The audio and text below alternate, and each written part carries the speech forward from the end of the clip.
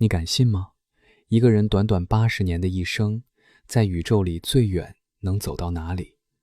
目前，人类建造的最快物体正以43万英里每小时的速度在太空中飞驰。以这种令人难以置信的速度，你不到4分钟就能绕地球一圈。然而，就是这艘航天器，它飞行时的动能大到一旦接触任何固体，就会瞬间将你气化，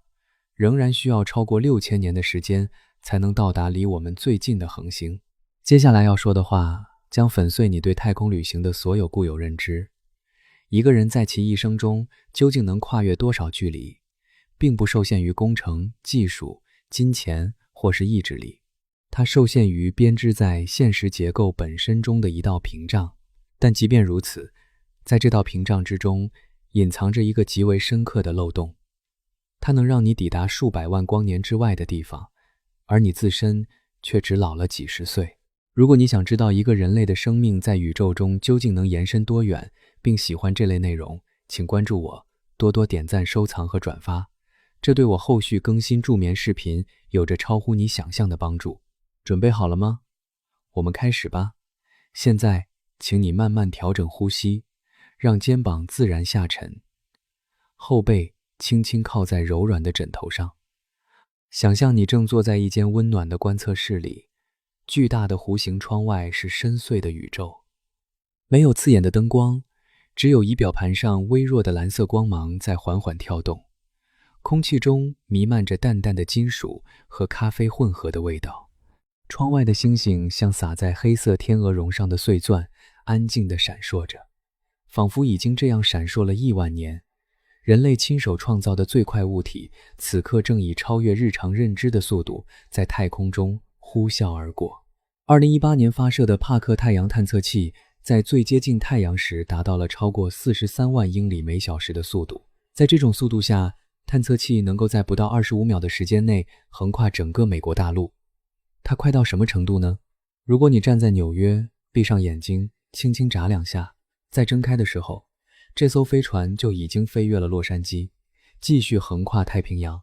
甚至快要接近夏威夷了。这项成就是人类工程学的绝对巅峰，凝聚了数十年的技术发展、数十亿美元的投资，以及数千名科学家和工程师的集体智慧。帕克太阳探测器利用金星的一系列引力弹弓效应，加速到了任何化学火箭仅靠自身都无法企及的速度。每一次飞跃，它都会窃取行星微小的一部分轨道能量，通过多年极其精确的轨道调整，逐渐积累速度。这颗探测器代表了人类在宇宙真空中为了追求速度所做出的最伟大尝试。为了让你更真切地体会这个速度到底有多了不起，让我们像翻阅一本旧相册一样，慢慢回顾整个人类速度成就的历史。在我们作为物种存在的大部分时间里，人类能达到的最快速度大约只有25英里每小时，也就是奔马的最高时速。这个极限在人类历史上持续了超过20万年。从我们的祖先第一次在非洲草原上直立行走，到古埃及人建造金字塔，再到秦始皇统一中国，这漫长的岁月里，人类最快的移动方式始终是一匹奔跑的骏马。到了1900年，汽车突破了60英里每小时。1903年，莱特兄弟以34英里每小时的速度，让人类第一次真正飞上了天空。而在此后的短短60年内，试飞员以761英里每小时的速度突破了音障。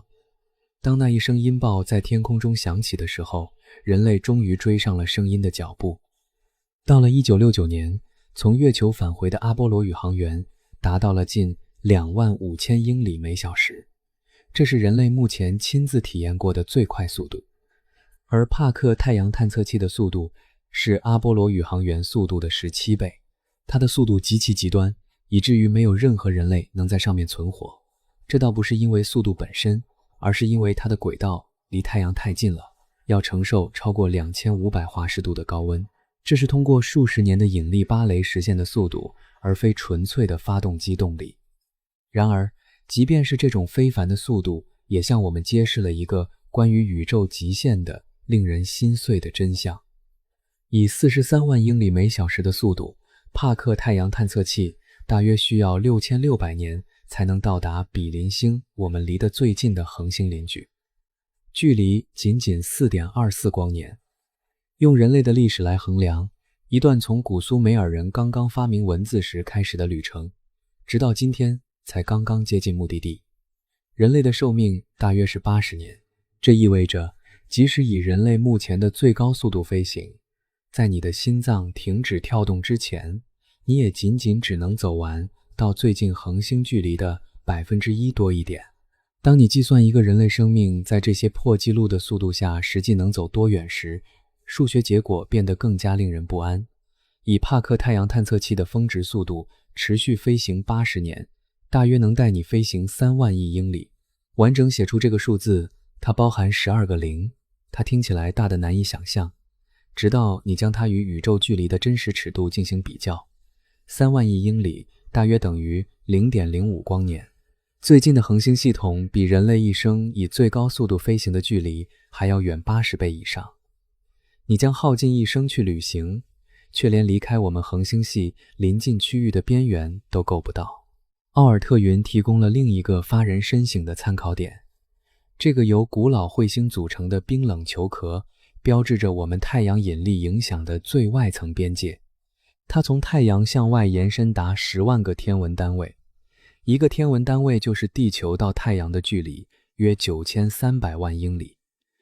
奥尔特云代表了太阳系的真正边缘，在那里，太阳的引力终于失去了控制，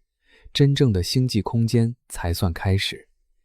以人类目前的最高速度，仅仅到达奥尔特云的内边缘就需要持续飞行大约600年。即便以史无前例的速度飞行整整一生，我们甚至无法逃出太阳系的引力主导范围。在离开太阳周围的轨道碎片大家庭之前，我们早就死了。如果把我们的本地宇宙区域作为真实比例尺，我们旅行的整个生命周期所跨越的距离，甚至比不上从曼哈顿跨越到布鲁克林。为了更直观地了解几十年的实际太空旅行究竟能达到什么程度，让我们把目光投向旅行者1号探测器。这个非凡的探测器比历史上任何其他人造物体离开地球的距离都要远。在经过超过47年的行星际乃至星际空间的连续旅程后，旅行者1号大约飞行了150亿英里。这段距离花了近半个世纪才完成，而且探测器仍在每一秒不断刷新它的记录。旅行者1号在2012年穿过了日球层顶，正式进入星际空间。这个边界标志着太阳风最终不敌星际介质压力的位置。当时新闻头条宣称，旅行者号已经离开了太阳系，这在某种技术层面上是真实的，但在另一种意义上却极具误导性。探测器确实逃脱了太阳的磁场影响，但它仍然牢牢地处于太阳的引力场范围内。它还需要再飞3万年才能穿过奥尔特云。150亿英里听起来令人惊叹，直到你意识到它还不到距离最近恒星路程的 0.03%。如果把前往比邻星的旅程按比例缩小为从纽约到洛杉矶的横跨全国的自驾游大约2800英里的高速公路，那么旅行者1号在47年里大约只前进了100英尺。在连续开了半个世纪的车之后，你依然还停在自家车道上，勉强刚开过信箱。你的邻居们会从厨房窗户看着你从青年老去直到退休，而你的车却始终没有离开过他们的视线。这里有另一种理解这种差距的方式，光的速度是每秒186000英里。就在你读完这句话的时间里，光已经足以绕地球7圈。而旅行者1号经过近50年的旅行，所跨越的距离，光只需大约20个小时就能走完。探测器47年的旅程还比不上光走1天的距离。去往比邻星的4年光程，是旅行者号在近半个世纪内所走距离的15万倍以上。旅行者1号相对于太阳的速度约为38000英里每小时。这个速度虽然以地球的标准来看非同凡响，但它揭示了人类成就与宇宙要求之间的巨大鸿沟。以这个速度，探测器需要超过7万年才能到达比邻星。当旅行者1号最终抵达最近恒星的距离时，假设它能在星际空间中幸存下来，发射它的人类早已灭绝。灭绝的时间甚至比我们整个物种目前存在的总时间还要长。智人大约在30万年前出现。旅行者号光是去拜访我们最近的邻居，就需要航行我们整个物种存在时间的将近1/4。探测器不可能在那段旅程中存活下来。旅行者1号携带了一个布电源，通过放射性衰变发电。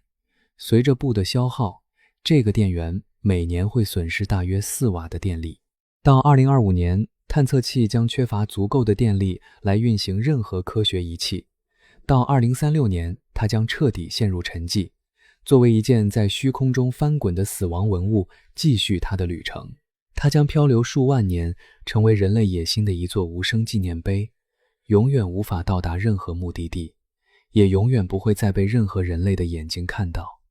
齐奥尔科夫斯基火箭方程与现有技术的绝境根本的问题，在于化学推进的物理学原理。人类发射过的每一枚火箭，其运行的基本原理，都与1000多年前将中国最初的烟花送上天空的原理如出一辙。从一端喷出的高温气体，将飞行器推向相反的方向。这是牛顿第3定律的优雅体现。你向后抛出质量，反作用力将你向前推，简单美妙，但对于星际旅行的目的来说，却有着毁灭性的局限。化学火箭面临着一道不可逾越的屏障，这道屏障被编码在齐奥尔科夫斯基火箭方程中。这个由俄罗斯科学家康斯坦丁·齐奥尔科夫斯基在1903年推导出的数学关系式，基于2个因素支配着任何火箭能够达到的最大速度、推进剂的排气速度，以及火箭初始质量与最终质量之比。对于化学推进剂，排气速度的极限在 4.5 公里每秒左右。这不是一个等待着某个巧妙解决方案的工程限制，这是燃烧化学本身施加的根本约束。当你燃烧氢气和氧气，我们目前在火箭上实际能使用的最具有能量的化学反应时，产生的水蒸气分子只能移动得那么快。打破和形成化学键所释放的能量有一个绝对上限，没有任何工程天才能够让水分子以快过化学法则允许的速度离开火箭喷嘴。当你计算即便只是达到适度的星际速度，化学推进需要付出怎样的代价时，火箭方程的温柔但坚定的法则就会变得令人毛骨悚然。如果想使用化学火箭将一个重量仅为1000公斤的小型探测器加速到光速的1%，你需要的初始燃料质量将超过整个可观测宇宙的总质量。这绝不是为了戏剧效果而做的夸张修辞，这是数学法则真正的硬性要求。火箭方程包含一个指数函数，它会严厉惩罚任何试图用化学推进达到高速度的企图。每一次速度的增加不仅需要更多的燃料，而且是指数级增加的燃料。这条曲线陡峭攀升，很快就超出了任何具有物理意义的物质数量。引力弹弓效应为这种限制提供了一定程度的缓解，允许航天器在不燃烧燃料的情况下从行星窃取能量。通过精确计算飞越巨大天体的时间，航天器可以与行星交换动量，通过引力相互作用逐渐积累速度。旅行者号探测器广泛使用了这项技术，在木星和土星之间反弹，获得了将它们带向星际空间的速度。帕克太阳探测器利用多次金星飞跃来加速，达到了其在靠近太阳时打破纪录的速度。但是引力助推也有严格的硬性限制，太阳系中能够提供有用加速的巨大天体数量有限且位置固定。木星是我们最大的引力助推资源，而航天器从每次飞跃中能提取的能量也是有限的。每一次引力提升都是以牺牲数年的飞行时间去到达下一个行星相遇点为代价换取速度的，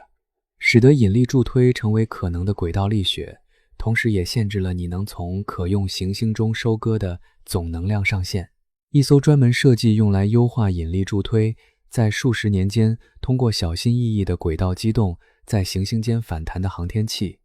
或许最终能达到接近15万英里每小时的速度。这大约是旅行者号当前速度的4倍，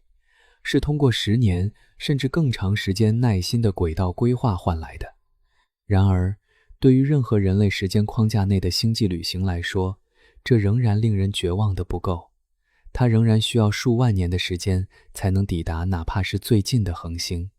人类历史上飞得最快的向外航行的飞行器，主要通过引力助推实现，是新视野号。它在2015年以相对于太阳约36000英里每小时的速度飞越冥王星。在2007年获得了木星的巨大推力后，这艘探测器以比以往任何向外的航天器都要快的速度冲向外太阳系。它传回的冥王星图像展示了一个比任何人预想的都要复杂和美丽的世界。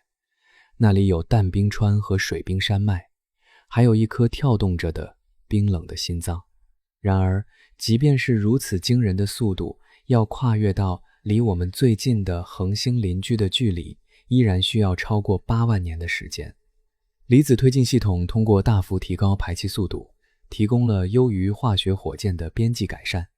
这些发动机通过电离推进剂，通常是氙气，并在电场中加速带电粒子来工作。离子离开发动机的速度比化学排气高10到20倍，从而再将推进剂质量转化为航天器，速度方面具有高得多的效率。黎明号探测器利用离子推进探索小行星带，成为第一个环绕2个不同地球外天体运行的任务。它的离子发动机允许执行对于同等质量化学火箭来说根本不可能的机动。然而，离子发动机产生的推力如此微小，以至于它们在快速加速方面的优势荡然无存。黎明号的离子驱动器产生了大约90毫牛顿的推力，大约相当于一张纸压在你手掌上的重量。这种微小的力量持续施加数年，可以积累可观的速度，但这需要以几十年，而不是化学火箭燃烧的几天或几周来衡量的耐心。即使拥有无限的燃料和长达1个世纪的连续运行，离子推进也无法接近在人类时间尺度内进行星际旅行所需的速度。这项技术在太阳系内的高效机动方面表现出色，但对星际距离问题束手无策。核热火箭代表了推进力阶梯上的下一步。这些发动机的工作原理是将氢气推进剂通过核反应堆，在将其从喷嘴排出之前，将其加热到极端温度。核热源使氢气能够达到大约是化学燃烧所能达到的2倍速度，有效地将排气速度翻倍，并极大地改善了火箭方程残酷的数学计算。在整个1960年代和1970年代初的 NERVA 计划期间，NASA 对核热火箭进行了广泛的测试，证明了其可靠性。在1973年出于政治和预算考虑终止该计划之前，这项技术已经成熟到可以部署的程度。50多年来，我们一直知道如何制造核火箭，但选择了不这么做。理论上，核热火箭可以将航天器加速到大约10万英里每小时，且燃料比例合理。这个速度代表了相对于化学系统的重大改进，大约是我们仅通过燃烧所能达到速度的3倍。在这个速度下，前往比邻星的旅程时间将降至大约28000年。对于任何单个人类来说，这仍然长得不可思议，仍然比有记载的人类文明史还要长。但这毕竟是进步。太阳帆或许是最优雅的推进概念，它利用阳光本身的辐射压来加速航天器，而无需携带任何燃料。当光子撞击反射表面时，它们会转移微小的动量，将表面向光传播的方向推去。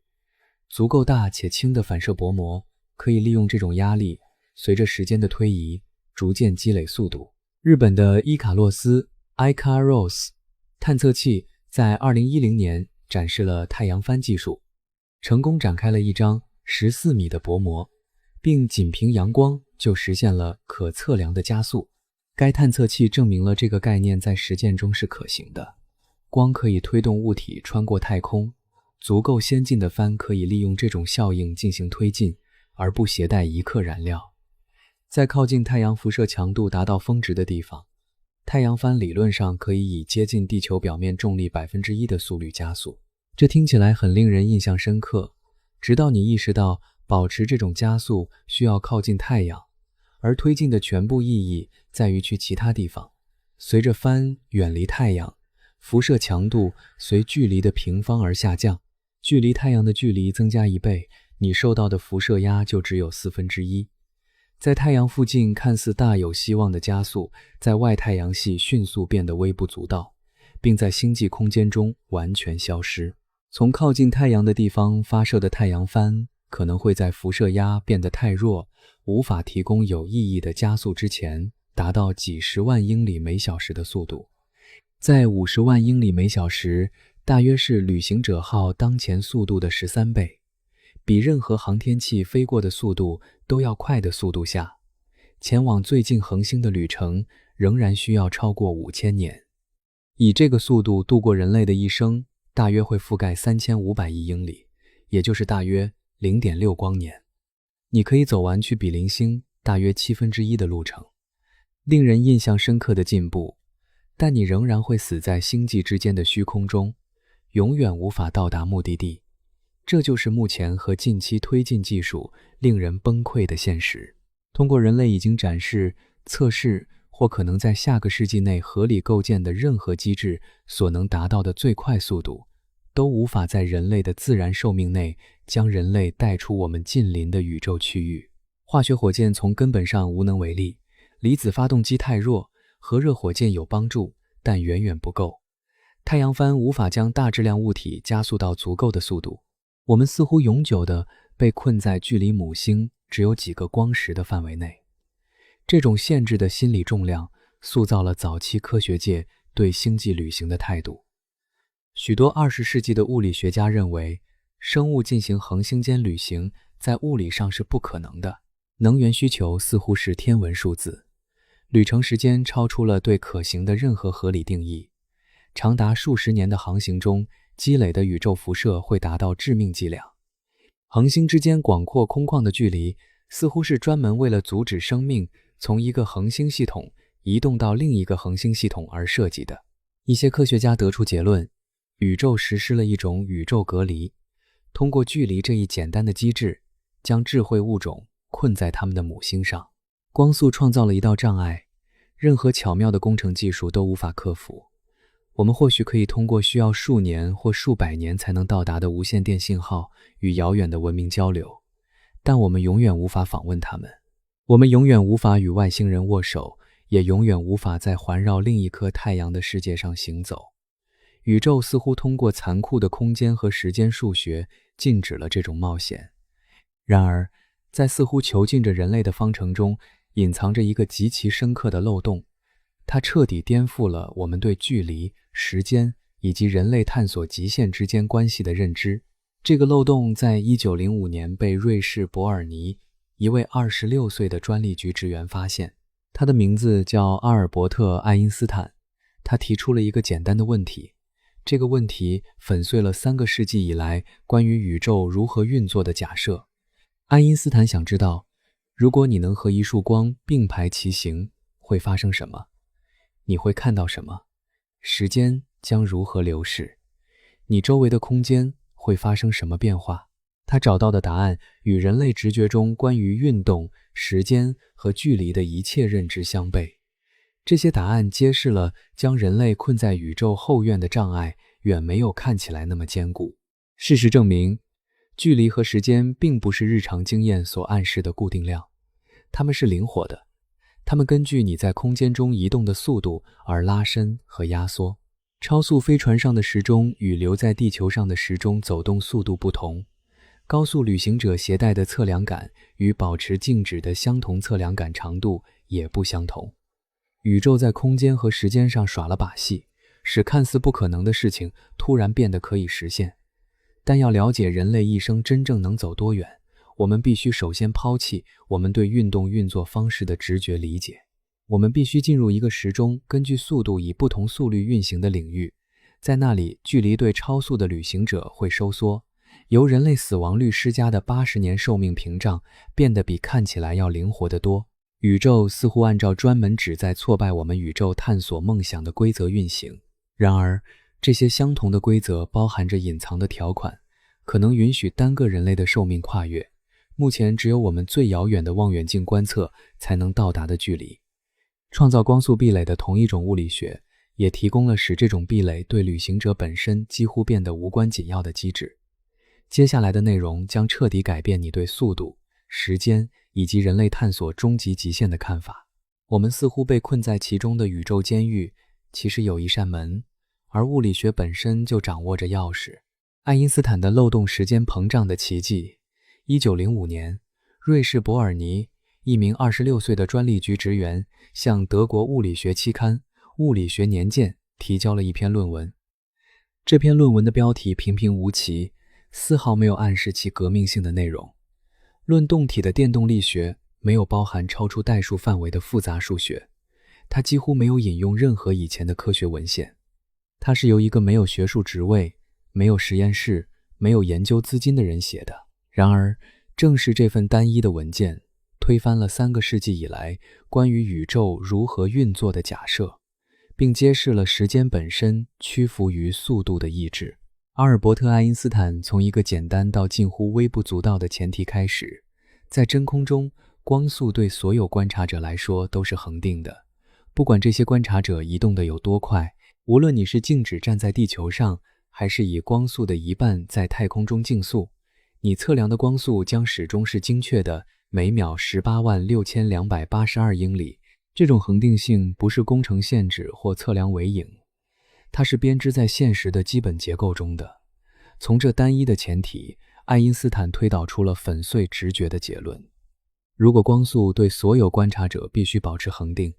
那么其他东西必须让步。那个东西结果是时间本身。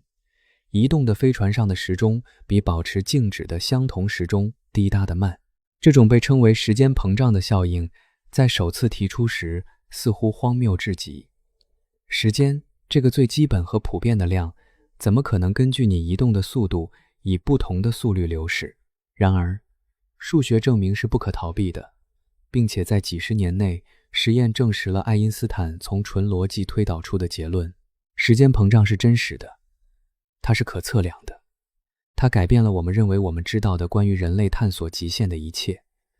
速度与时间膨胀之间的关系遵循一个精确的数学公式。爱因斯坦引入了一个物理学家称之为洛伦兹因子 gamma 的量。这个数字确切地告诉你，在任何给定的速度下，时间会减慢多少。要计算伽马值，你用1除以1减去你的速度平方除以光速平方的平方根。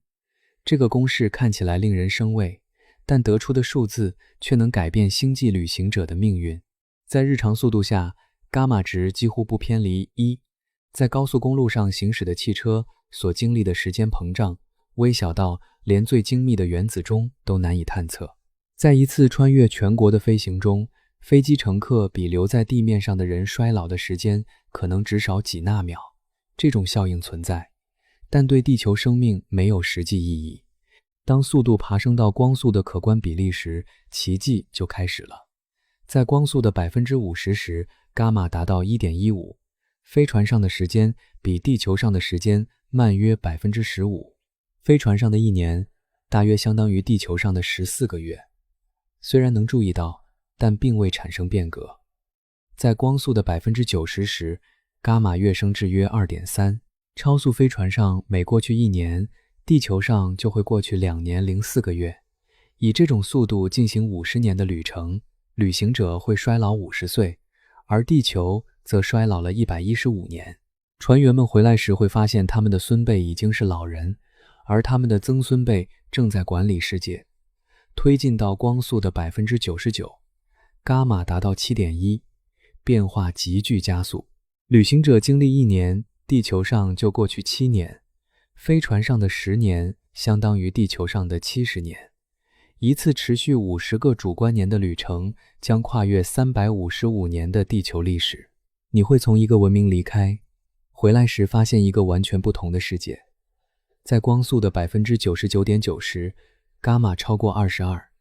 地球上的22年压缩成飞船上的1年，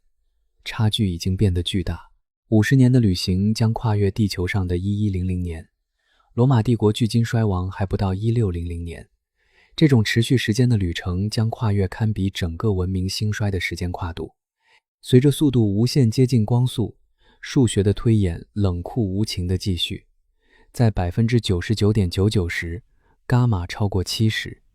在 99.999% 时，伽马超过223，在 99.999% 时，伽马攀升超过707。在以光速百分比表示的速度上，每增加一个9，时间膨胀系数就会增加大约3倍。这些数字彻底改变了星际旅行的问题。考虑一次旅行，不是去最近的恒星，而是去更远的地方。织女星，我们夜空中最亮的恒星之一，距离地球大约25光年。以常规航天器的速度，到达织女星需要数十万年。没有任何人类能在这种旅程的一小部分中存活下来。但在 99% 的光速下，伽马值为 7.1 计算完全改变了。从地球的角度来看，这段旅程大约需要25年零3个月。光速就是光速，你无法超越它。但是从旅行者的角度来看，时间膨胀将这个持续时间压缩了7倍，主观旅程时间降至约3年半。你可以前往织女星，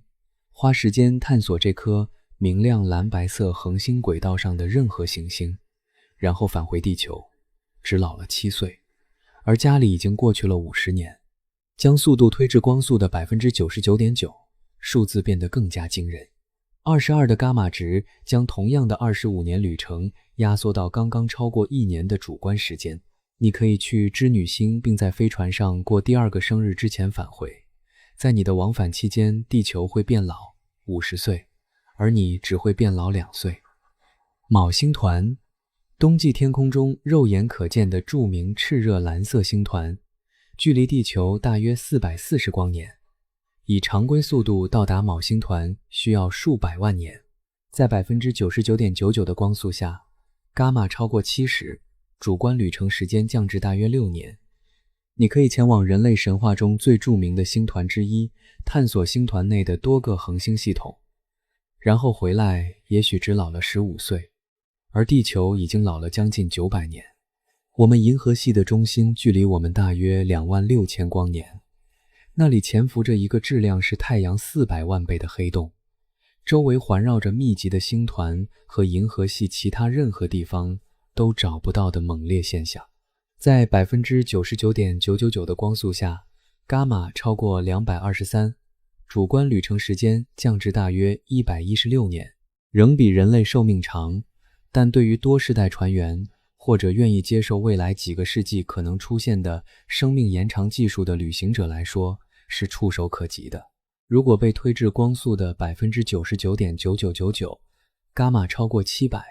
大约37个飞船年就能到达银河系中心。旅行者可以在25岁离开地球，前往我们银河系中心的超大质量黑洞，进行在地球上不可能进行的观测，并在到达时衰老至62岁。他们回来时会发现地球上已经过去了超过52000年，但他们自己过完了一个正常的人类寿命。仙女座星系代表了对我们所谓的局部宇宙内相对论旅行的终极测试。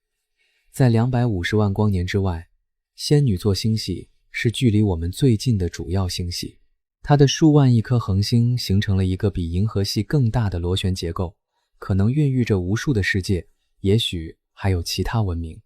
在任何有意义的时间范围内，常规推进都永远无法弥合这一鸿沟。然而，在伽马值达到100万的速度下，只有在如此接近光速，以至于差异变得几乎具有哲学意味时，才能实现前往仙女座的主观旅程，时间降至大约2年半。旅行者可以跨越星系之间的虚空，探索一个完全独立的岛宇宙，并体验到这段旅程比读个典型的博士项目持续的时间还要短。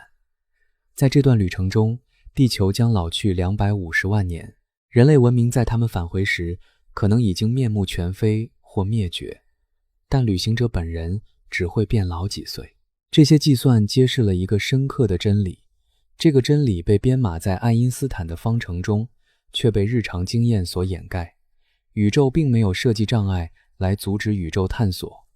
时间膨胀提供了一种机制，可以将人类意识跨越连光本身都需要数百万年才能穿越的距离。限制因素不是物理学，而是工程学。这些方程允许在人类一生中进行星际甚至星系际旅行，我们只是缺乏达到必要速度的技术。如果你也相信人类终有一天会踏上前往星辰的旅程，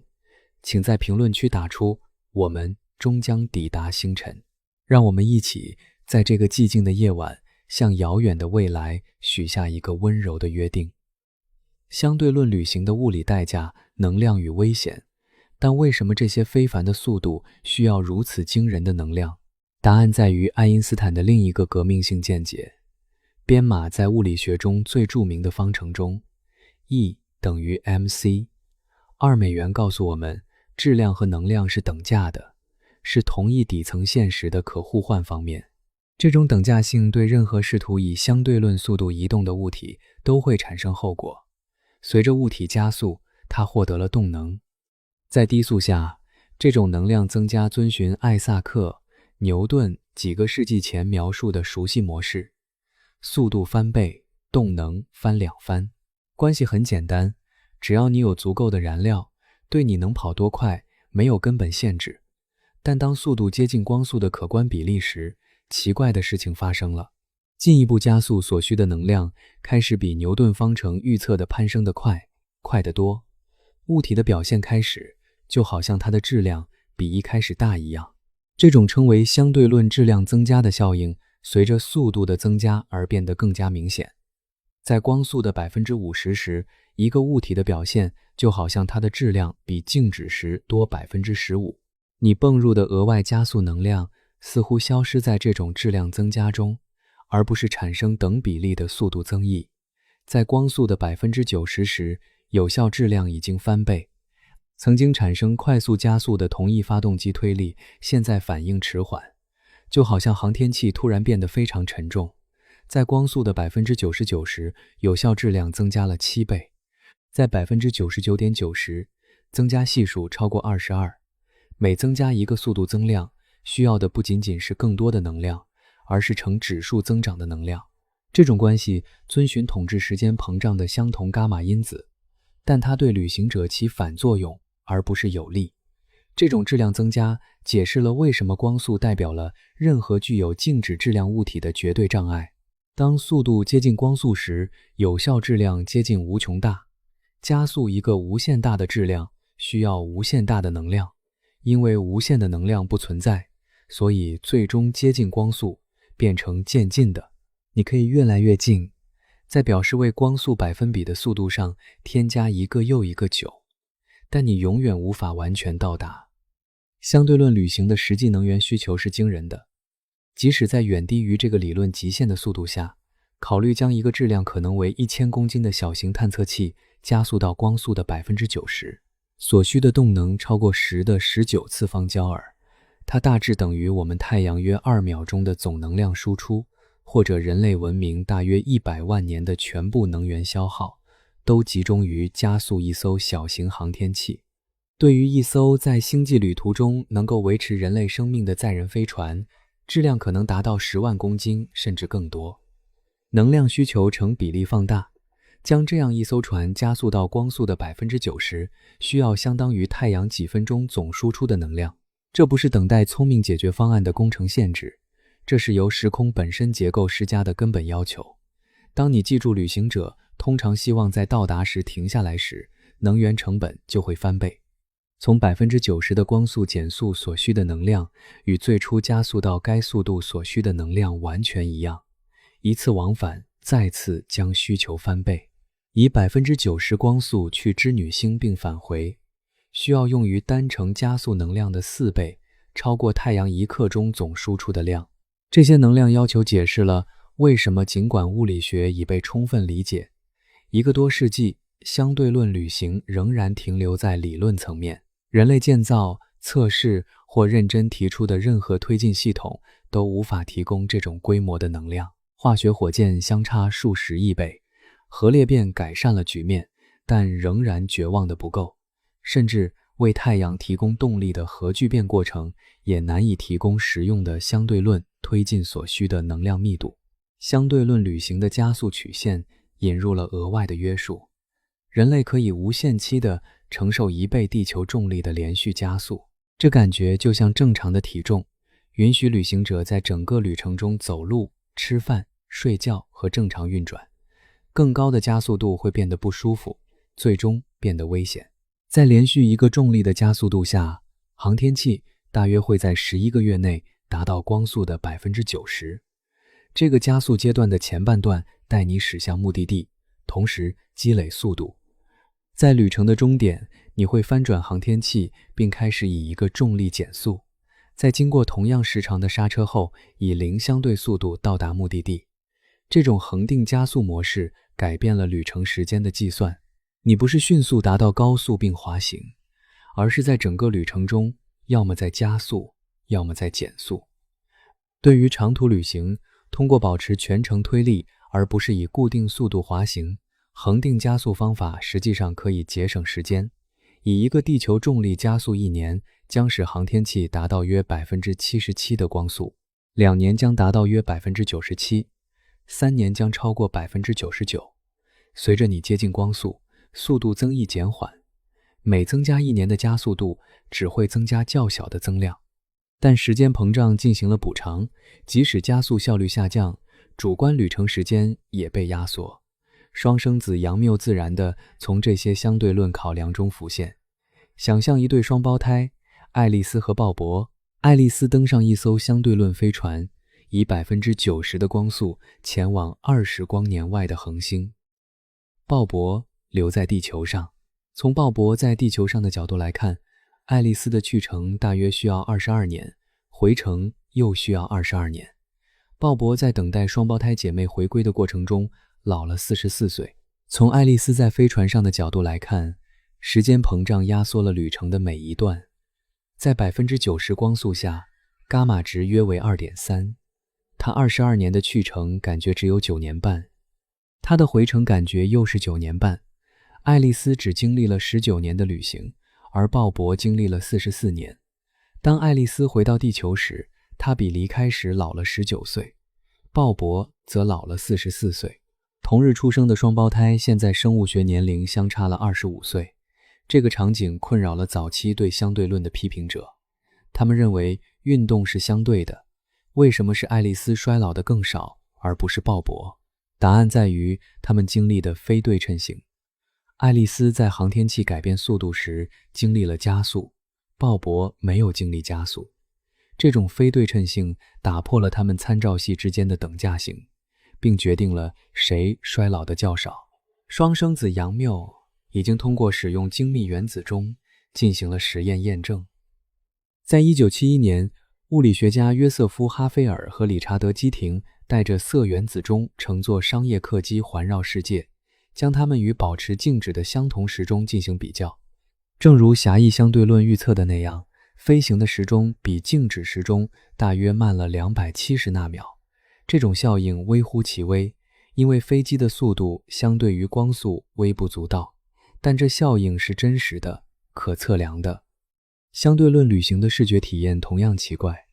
从飞船前方到达的光会发生蓝移，前方恒星的颜色将从正常的颜色向蓝色转变，然后随着速度增加变成紫外线，然后变成 X 射线频率。从飞船后方来的光经历了相反的效应，后方的恒星发生红移，最终变得无法探测。相对论光行差进一步扭曲了旅行者的视野，将大部分可见宇宙聚集在航天器前方一个不断变窄的圆锥体内。在更高的速度下，整个宇宙塌陷成正前方的一个亮点，身后则是绝对的黑暗。星际介质呈现出随着速度增加而变得更加严重的危险。恒星之间的空间并不是绝对的真空，平均每立方厘米包含约1个氢原子以及微量的氦、较重元素和尘埃颗粒。在低速时，这些物质不会构成威胁，但在相对论速度下，这些稀薄的物质会变成致命的辐射环境。每一个撞击飞船的氢原子的动能都与伽马因子的平方成正比。在 90% 的光速下，每次氢原子撞击释放的能量可媲美宇宙射线粒子。在 99% 的光速下，能量再增加20倍。航天器的前向表面将受到高能粒子的持续轰击，这些粒子能够损坏电子设备，降解材料，并穿透生物组织。屏蔽这种辐射需要巨大的物理屏障或主动偏转系统。磁场或许可以将带电粒子从飞船上扫开，尽管所需的磁场强度会随着速度的增加而增长，物理屏蔽会增加本身的质量，这些质量同样必须被加速到相对论速度，从而加剧了能量需求。尽管面临这些巨大的挑战，相对论旅行的物理学依然清晰并得到了验证。时间膨胀不是理论上的好奇心，而是经过数十年精密实验证实的测量现象。这些方程允许人类在单个生物生命周期内跨越星际甚至星系际距离。障碍不是物理学，而是推进技术。跨越鸿沟的未来推进概念，究竟什么样的技术能真正达到利用时间膨胀所需的速度？什么样的发动机能提供相对论旅行所需的令人震惊的惊人能量？让我们一起看看可能将这些数学可能性转化为工程现实的推进概念，从核爆炸到反物质湮灭，再到光束推动跨越宇宙的轻盈风帆。当前航天器速度与在人类寿命内进行星际旅行所需速度之间的差距，跨越了一条几乎无法理解的鸿沟。我们最快的探测器以大约6/1000光速的速度在太空中爬行。有意义的时间膨胀仅在光速的 10% 以上才开始，并只有在 90% 以上时才产生真正的质变。跨越这个速度鸿沟需要的推进概念，超越了人类迄今为止制造、测试甚至完全设计的任何东西。想想挑战的规模，帕克太阳探测器在最接近太阳时以大约 0.06% 的光速运行。要达到 10% 的光速相对论效应变得明显的阈值，需要将速度提高大约170倍。要达到 90% 的光速时间膨胀，戏剧性压缩旅程时间的程度，需要将速度提高超过我们当前最大值的1500倍。这不是增量的工程改进，这是必须跨越6个数量级的推进技术革命。然而，人类已经构思出可能跨越这道鸿沟的推进概念。有些只需要利用已知物理学进行工程开发，有些则需要材料科学或能源生产的突破，还有少数进入了物理学本身仍然不确定的推测领域。理解这些概念揭示了人类一生中星际旅行的可能性和局限性。核脉冲推进代表了主流工程师曾认真研究过的最大胆的推进概念。这个想法出现在20世纪50年代末的圣地亚哥通用原子实验室。当时一个由杰出物理学家组成的团队提出了一个表面上看起来极其疯狂的问题：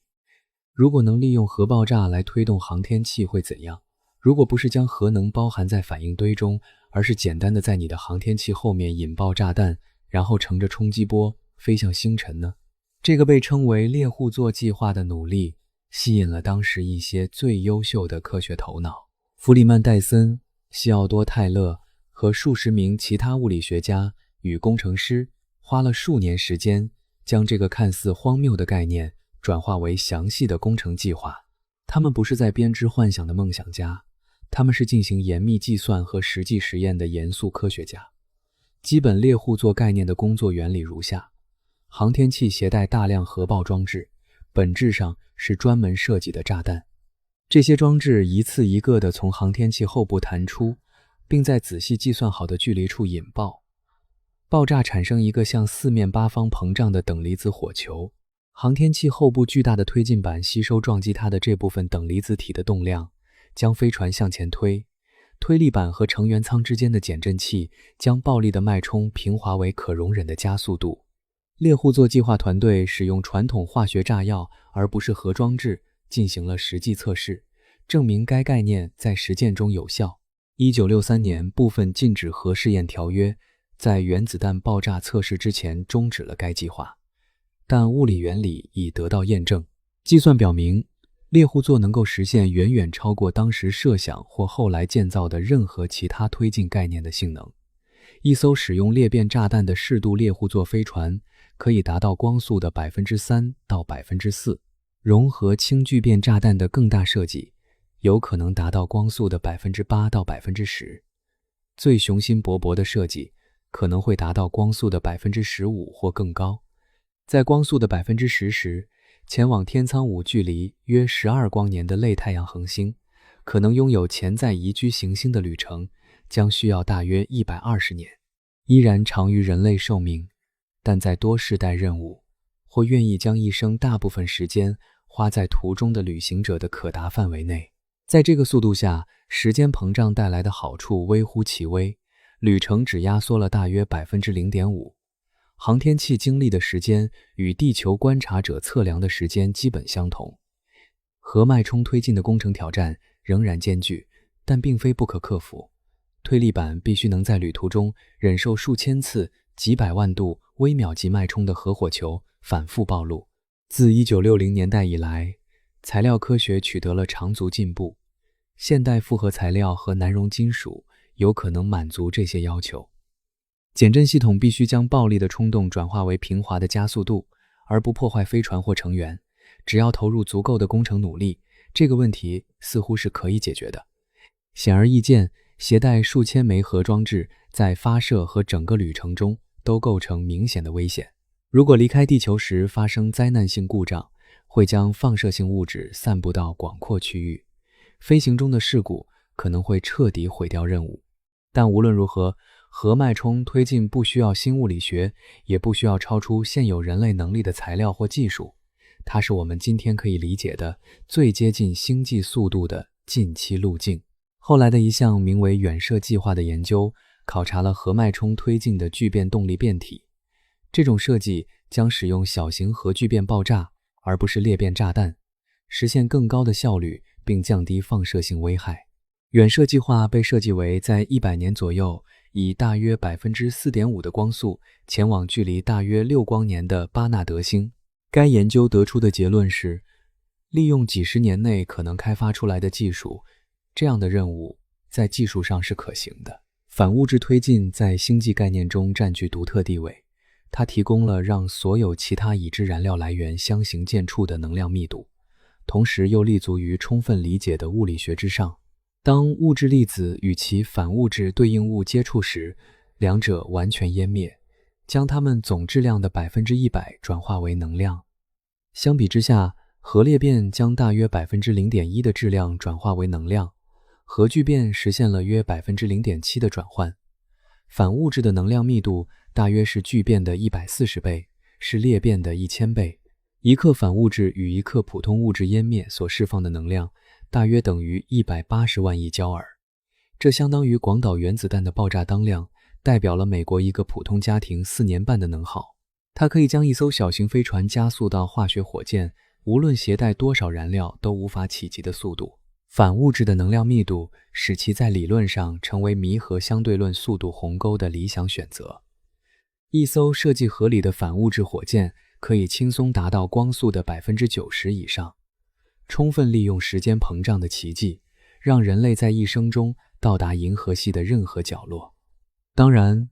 反物质推进也面临着巨大的挑战。首先是生产问题，反物质在自然界中极其罕见，只能在粒子加速器中以极小的量人工制造。迄今为止，人类生产的所有反物质加起来还不到1微克。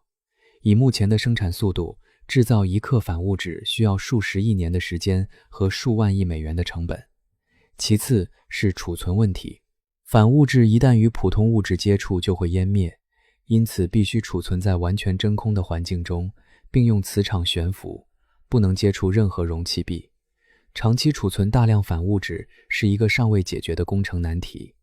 但如果这些挑战能够被克服，反物质推进将彻底改变人类与宇宙的关系。它将使星际旅行从一个遥远的梦想变成一个切实可行的现实。我们将不再是被困在太阳系中的囚徒，而是能够自由地探索银河系的广阔天地。有时候，人类喜欢用征服这个词谈宇宙，征服月球，征服火星，征服深空。但越理解物理，越会发现这个词其实有些用力。宇宙不是一座等待插旗的山，它不敌视我们，也不欢迎我们，它只是按照自己的规则展开。光速、能量、时间膨胀、宇宙膨胀、事件世界，这些东西听起来冰冷，却也让人感到一种秩序感。它们告诉我们，想象力可以飞得很远，但每一步都要付账。这种付账不一定令人沮丧，恰恰相反，它让探索变得真实。如果宇宙随便就能被穿越，那么远方也许不会如此珍贵。正因为比邻星很远，仙女座更远，事件世界之外永远不可达，我们才会在望远镜拍下的每一缕光里感到震动。我们看见的每一片星云都是某种迟到的消息，我们理解的每一条公式都是人类在黑暗中摸到的一根线。所以最后的助眠感不来自人类马上就能飞遍宇宙，而来自另一件事，